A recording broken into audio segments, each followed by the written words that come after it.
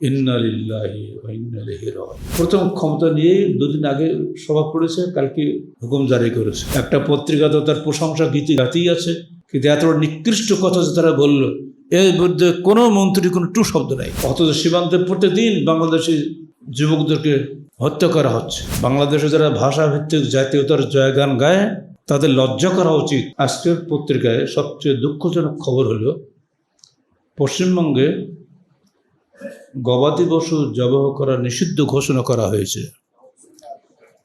ইন্না লিল্লাহি ওয়া ইন্না ইলাইহি রাজিউন।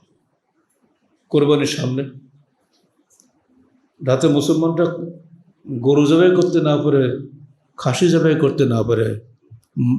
এই কারণে এই প্রথম ক্ষমতা নিয়ে দুদিন আগে সভা করেছে, কালকে হুকুম জারি করেছে। শিক্ষা প্রতিষ্ঠানে ঢুকেই বন্দে মাতরম গান গাইতে হবে। হিন্দু হোক মুসলমান হোক, কোনো বাস বিচার নাই। এটা বিরুদ্ধে আহলে হাদিস আন্দোলন বাংলাদেশের পক্ষ থেকে আমরা তীব্র নিন্দা এবং প্রতিবাদ জানাচ্ছি। আপনারা একমাত্র সবাই? আমরা তীব্র নিন্দা এবং প্রতিবাদ জানাচ্ছি। পশ্চিমবঙ্গ সরকারের মনে রাখা উচিত যে সে দেশে 30%-এর ঊর্ধ্বে মুসলমান বসবাস করে। বাংলাদেশে যারা ভাষা ভিত্তিক জাতীয়তার জয়গান গায় তাদের লজ্জা করা উচিত। উভয় বাংলা এক, এবার বাংলা ওপার বাংলা এক স্লোগান দিয়ে সীমান্তে মাঝে মাঝে মিষ্টি খাওয়া হয় না, দেখেন না? অথচ সীমান্তে প্রতিদিন বাংলাদেশি যুবকদেরকে হত্যা করা হচ্ছে।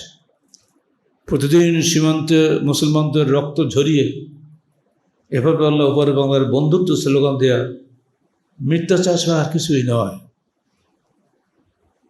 দুর্ভাগ্য, বাংলাদেশের এই যাবৎ কোনো সাহসী সরকার আসে নাই যারা এর প্রতিবাদ করে।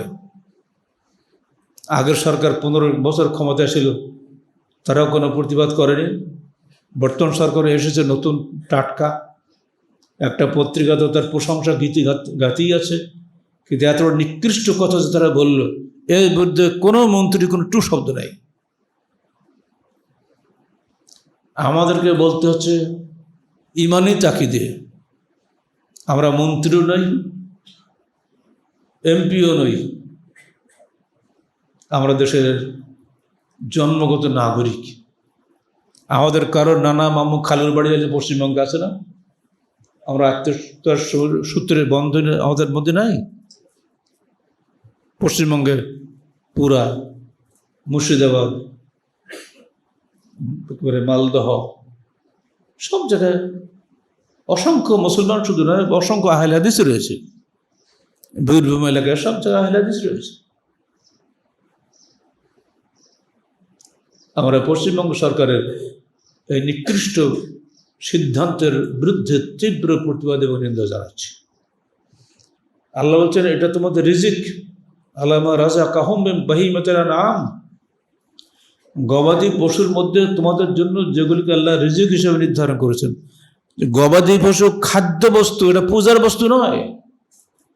গরু কখনো মা নয়, গরুর পেট থেকে মানুষ বের হয়, তারা গরুকে মা বলে? উদ্ভট সব বক্তব্য দিয়ে মানুষকে বিভ্রান্ত করা যাবে না। এই যুগে যখন ছেলেপিলে লেখাপড়া শিখেছে,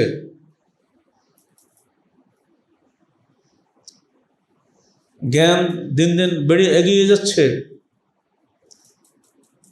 এইখানে এই মূর্খতা সুলভ আচরণ, কথাবার্তা কেউ কখনো মেনে নিতে পারে না। অথচ যে মুখ্যমন্ত্রী হয়েছেন শুভেন্দু চক্রবর্তী, এও তো ইয়ং ম্যান, সে তো এই যুগের ছেলে, সে কি দুনিয়ার কোনো খবর রাখে না? মুসলমানদেরকে সে মানুষই মনে করে না। অথচ আসাউদ্দুর হিমাচল দিল্লিতে বসে পুরা দেশ শাসন করেছে মুসলমান 650 বছর। কোনোদিন কোনো হিন্দু, বৌদ্ধ, খ্রিস্টান বলে কাউকে পৃথক করা হয় নাই। সবাইকে প্রজা হিসেবে সম্মান করে সবাইকে নিয়েই তারা দেশ চালিয়েছে। আত্মাহারিক টিভি, ওহির আলোয় উদ্ভাসিত জীবনের জন্য।